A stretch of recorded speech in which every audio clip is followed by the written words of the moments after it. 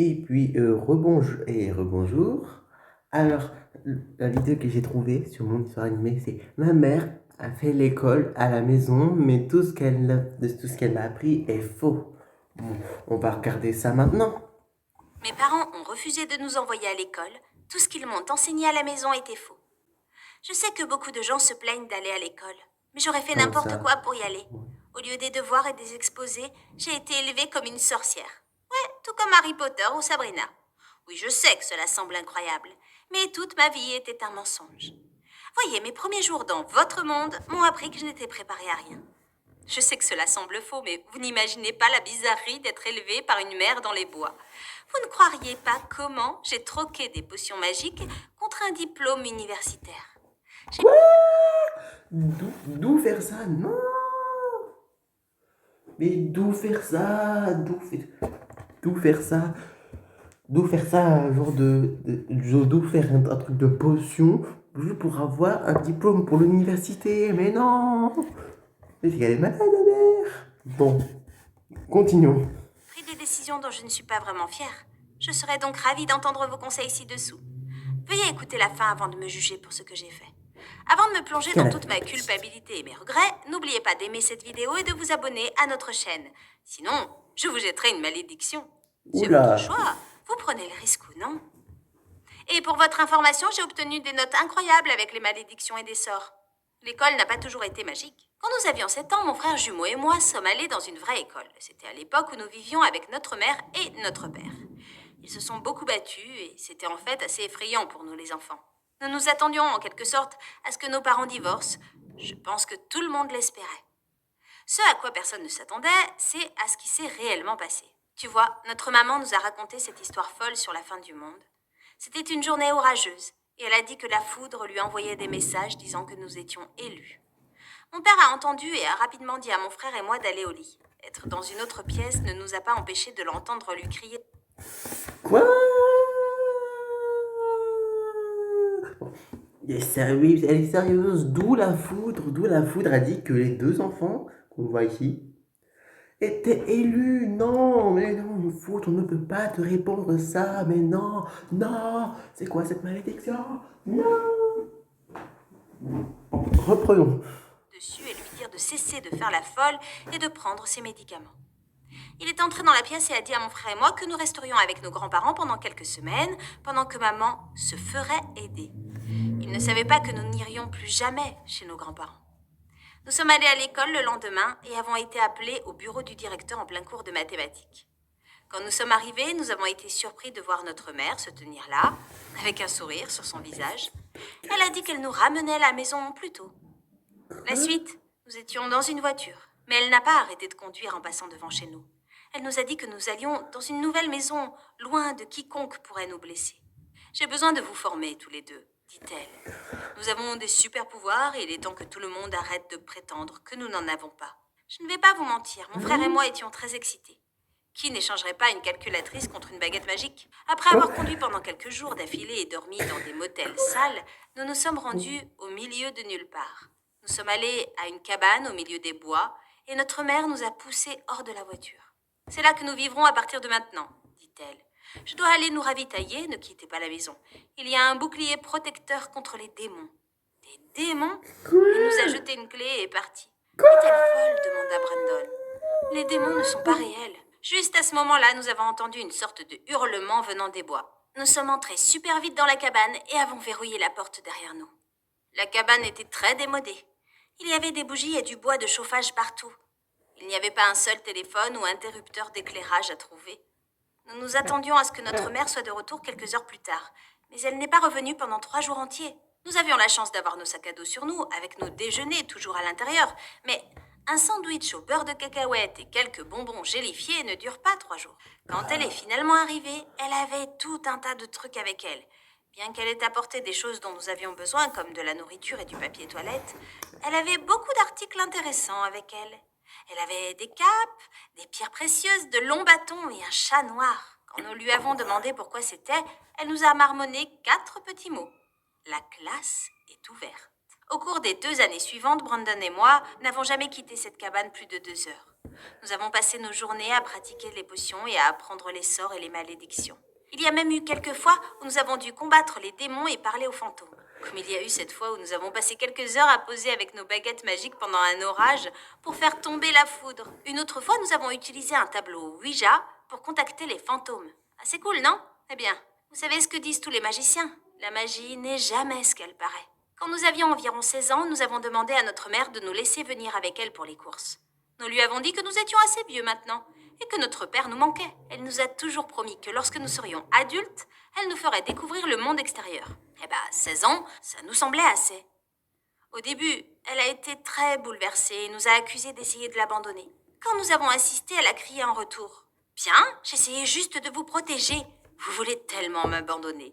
Il n'y a rien pourquoi m'abandonner. Elle nous a raconté comment, quelques mois après notre déménagement ici, l'apocalypse s'était produite et que le monde grouillait de zombies. Elle a expliqué qu'elle était d'un niveau suffisamment élevé pour les combattre. Mais nous ne l'étions pas. Une fois notre formation terminée, elle nous laisserait l'accompagner. Puis, elle est repartie. Je pleurais à cette pensée. Mes amis et le reste de notre famille étaient tous morts. Brandon ne pleurait pas cependant.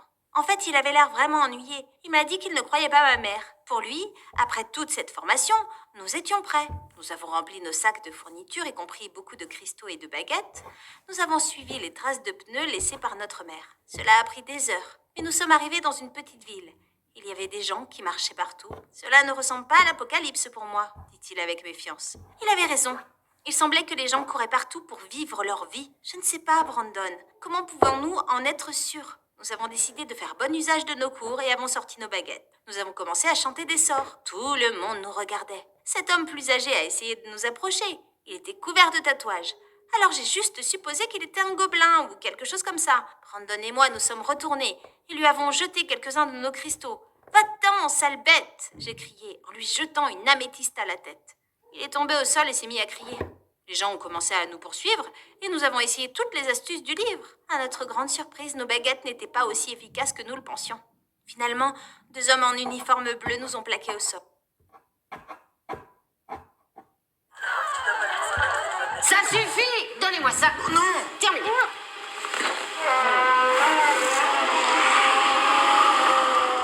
Mais vous croyez vraiment que j'ai fait ça? Plaqués au sol. Ils ont retiré nos baguettes de nos mains et nous étions impuissants à les arrêter. Il s'avère que ces hommes en uniforme bleu étaient des policiers. Et nous étions en état d'arrestation pour avoir agressé un homme au hasard avec une pierre. Nous avons essayé d'expliquer que nous pensions qu'il était un gobelin, mais ils se sont moqués de nous. Lorsqu'ils nous ont demandé notre adresse et nos coordonnées, nous n'avions rien à donner. Les gens utilisent-ils encore des téléphones depuis l'apocalypse? Nous avons demandé innocemment. Les agents ont ri pendant une seconde et nous ont dit bien sûr et nous ont laissé utiliser le téléphone. Nous avons décidé d'appeler le numéro que nous connaissions encore par cœur après 10 ans. Le numéro de notre père. Peut-être que notre mère s'était trompée et qu'il n'était pas mort. Heureusement pour nous, cela n'avait pas changé. Quand il a pris le téléphone, il s'est mis à pleurer et nous a dit de rester exactement là où nous étions. Nous avons expliqué que nous devions retrouver maman, mais ils ont insisté pour que nous ne fassions rien, à part nous asseoir et les écouter. Je suis sûre que vous vous souvenez que j'ai dit que ma mère souffrait de schizophrénie. Eh bien, elle souffrait apparemment d'hallucinations. Ils nous ont expliqué que nous avions disparu depuis près de 10 ans et que notre père n'avait jamais cessé de chercher. Il a annoncé à notre mère qu'il se séparerait pendant qu'elle se faisait soigner, et elle ne pouvait pas le supporter. Alors, elle est venue nous chercher à l'école et a disparu. Nous avons été complètement choqués. Notre vie entière a été bouleversée. Notre père est venu nous chercher et maman a encore disparu. La semaine suivante, nous étions de retour à l'école comme si de rien n'était. Nous étions même en classe avec certains des mêmes enfants qui étaient à l'école avant. Nous avons insisté pour porter nos vieux manteaux à l'école, ce qui a beaucoup retenu l'attention. Brandon et moi avons même faufilé notre chat noir. C'était comme si nous avions la peste. Ce qui est pire, c'est que personne ne nous a préparés à ce à quoi ressemblaient les mathématiques au lycée. Il y a des lettres dedans. Lorsque le professeur m'a demandé d'expliquer l'équation y égale mx plus b, j'ai pensé que c'était un sortilège. J'ai sorti ma baguette de ma poche et j'ai crié des chants au tableau. J'avais toujours été douée pour les maléfices, mais en fait, c'était pas la réponse qu'elle cherchait. Tout le monde s'est mis à rire de moi. Le professeur a pensé que j'essayais de faire une blague, alors elle m'a envoyé directement au bureau du directeur. C'est à peu près comme ça qu'était l'école. Nous sommes passés d'être les meilleurs de notre classe et des élus à des idiots qui ne savaient pas faire de maths. Notre maman avait fait de nous des monstres. Nous avions tellement à apprendre sur la vie. Oh J'étais vraiment non. bouleversée, mais Brandon a été dérangé d'une manière différente. J'ai grimpé dans sa chambre une nuit et il pratiquait toujours les sorts. Il a juré que notre mère viendrait lui rendre visite dans la maison, mais je n'ai jamais rien vu. Il a insisté sur le fait que c'était un test magique et qu'ils essayaient de nous pousser. Il a continué à jouer, à essayer de m'entraîner dedans. La goutte qui a fait déborder le vase est venue un jour. J'ai encore des frissons en y pensant. À ce stade, j'étais passée en seconde, je travaillais dur et je refusais de me joindre à la rébellion de Brandon. Un jour, j'ai reçu un texto de lui me disant de quitter le lycée immédiatement pour me sauver. J'ai paniqué sur ce qu'il pouvait faire. J'ai donc dit au directeur et nous avons évacué l'école. Il s'est avéré qu'il avait essayé d'utiliser un sort d'invocation pour faire venir un démon mangeur d'élèves. Oui, vous avez bien entendu. Il est entré dans le vestiaire des garçons et a fait une potion dans les toilettes. Puis il a griffonné des écrits sur les murs et a mis le feu à une plante. Heureusement, il n'a fait que déclencher les détecteurs de fumée. Mais lorsqu'ils ont essayé de l'attraper, il était introuvable. Les jumeaux ont une connexion spéciale et c'était comme si une partie de moi était morte. Après quelques années de recherche pour le retrouver, je me suis fait à l'idée qu'il avait disparu. Un jour, alors que je marchais dans la rue, je suis tombée sur ma mère. Je pensais qu'elle était morte, mais elle était là, en chair et en os. Quoi? J'ai essayé de m'éloigner, mais elle m'a dit qu'elle pouvait m'amener chez mon frère. C'est tout ce que j'avais toujours voulu. Je sais que c'était pas le geste le plus intelligent, mais je suis allée avec elle. Quoi? Elle m'a Mais dit non, que non, mes non, pouvoirs non, non, pouvaient le non, non, non, non, ramener, non, et je non, l'ai non, cru. non, non. Alors, les amis, ne jamais, si vous rencontrez une histoire comme ça, ne jamais retourner avec une personne auquel elle vous a fait du mal pendant toutes ces années. Non, non, non, non, non, jamais, jamais y retourner. Je devais. Quand elle m'a conduit dans les bois, je m'attendais à ce qu'elle me conduise à mon frère, assis dans le salon. Ce à quoi je m'attendais pas, c'est l'horreur absolue que j'ai vue. Avez-vous déjà vu un film d'horreur où l'un des personnages devient obsédé par les affaires judiciaires? Eh bien, c'est ce que j'ai vu. Il y avait des coupures de journaux sur une planche reliée par une corde. Il y avait des photos de mon diplôme d'études secondaires et d'université.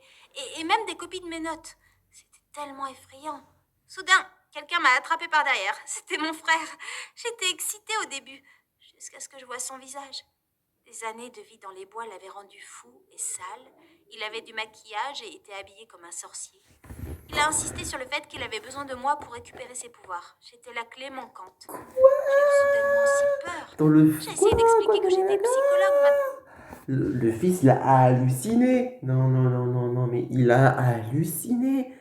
Depuis qu'il vit dans une cabane dans les bois, ça, il est devenu comme sa mère, une parasite, non? Non, et que je pouvais l'aider, lui et ma mère, Heureusement, et heureusement que la obtenir meuf de fait pas comme l'aide. ça. Il s'est énervé après cette déclaration et m'a enfermée dans une chambre. Pendant les semaines qui ont suivi, ils ont essayé de me faire lancer des sorts. Et comme ils ne fonctionnaient pas, ils ont dit que c'était parce que j'avais subi un lavage de cerveau par la société. J'ai fait semblant de suivre leur délire magique, mais secrètement j'attendais le bon moment pour partir. Un soir, alors qu'il était très tard et que tout le monde dormait, j'ai sauté par la fenêtre sur un tas de feuilles. J'étais sûre que j'avais réveillé ma mère et mon frère, mais j'ai décidé de simplement courir et de ne pas regarder en arrière. Je suis retournée en ville et j'ai appelé mon père du poste de police. J'ai pensé à leur parler de ma mère et de mon frère, mais je voulais pas qu'ils aient des ennuis. Au lieu de cela, j'ai dit que je m'étais perdue dans les bois pendant quelques jours, alors que j'avais essayé de camper et qu'un ours avait mangé mes affaires. Ils semblaient sceptiques, mais m'ont cru. Et j'ai continué à vivre ma vie normale. Et je les ai mis derrière moi. Je ne peux pas arrêter de penser à mon frère et ma mère depuis mon départ. Ce sont les personnes les plus proches de moi dans le monde entier. Et elles ont besoin d'aide. Si seulement je pouvais leur donner. Mais au fait, je peux leur donner. À quoi je pense? Je suis psychologue. Mes années d'études et de formation m'ont préparé à ce moment précis. Je pense que j'ai un plan. Permettez-moi de préparer certaines choses afin que je retourne dans les bois. D'accord. D'accord.